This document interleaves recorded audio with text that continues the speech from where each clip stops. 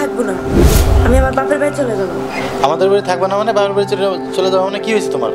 সমস্যা কি?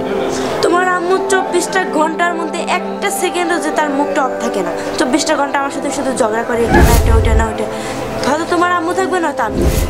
আরে বাবা রে, এটা তো আমি নিজেও জানি যে আমার আম্মু একটু ঝগড়া করে, এটা তুমিও জানো। এই জন্য বাপের বাড়ি চলে যেতে দিব?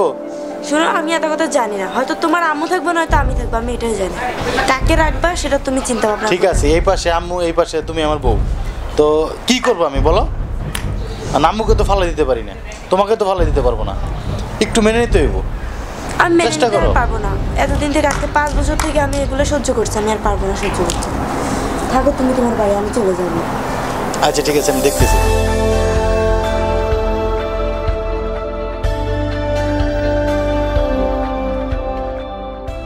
এই মাহবুব, এই এদিকে এদিকে এদিকে, আরে আস, এদিকে না, বস। মন খারাপ নাকি? আরে বলিস না, বাড়িতে ঝামেলা লাগিয়ে আছে।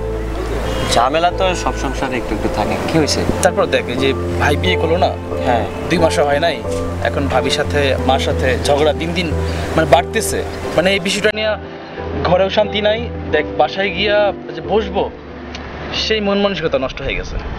আসলে সব সংসারে তো ঝগড়া একটু একটু থাকেই।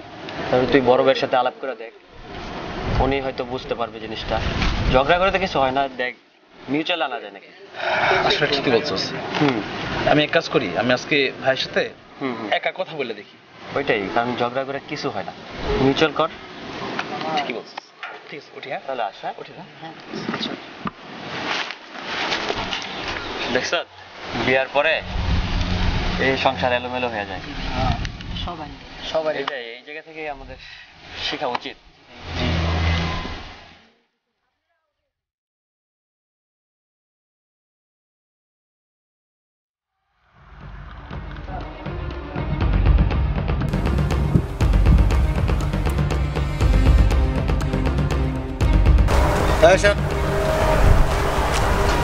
কই থাকস?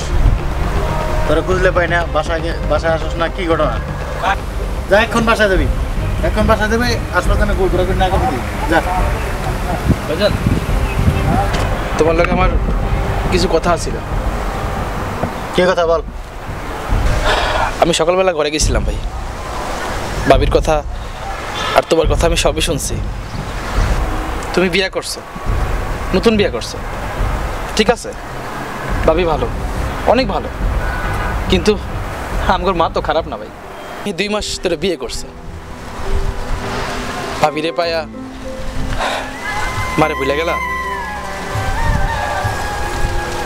আমি যখন ঘরে থাকি তখন ভাবির আর মার কথা সবগুলি শুনি। আমি জানি মা একটু ক্যাটক্যাট বেশি করে, রাগ উঠলে প্রত্যেকটা মানুষ এমন করে ভাই। তাই বলে ভাবির তো একটু বোঝা দরকার ছিল, বয়স্ক মানুষ। ভাবি সেটা বুঝেও নাই আর বোঝার চেষ্টা করে না। তুমি তো ভাই, তুমি তো বড়, তোমার তো বোঝা দরকার ছিল। তোমার মনে নেই ভাই, আব্বাই বেড়ে যাওয়ার পর মা দ্বিতীয় বিবাহ করে নাই, এই আমগর 2 ভাইয়ের মুখের দিকে তাকায়া।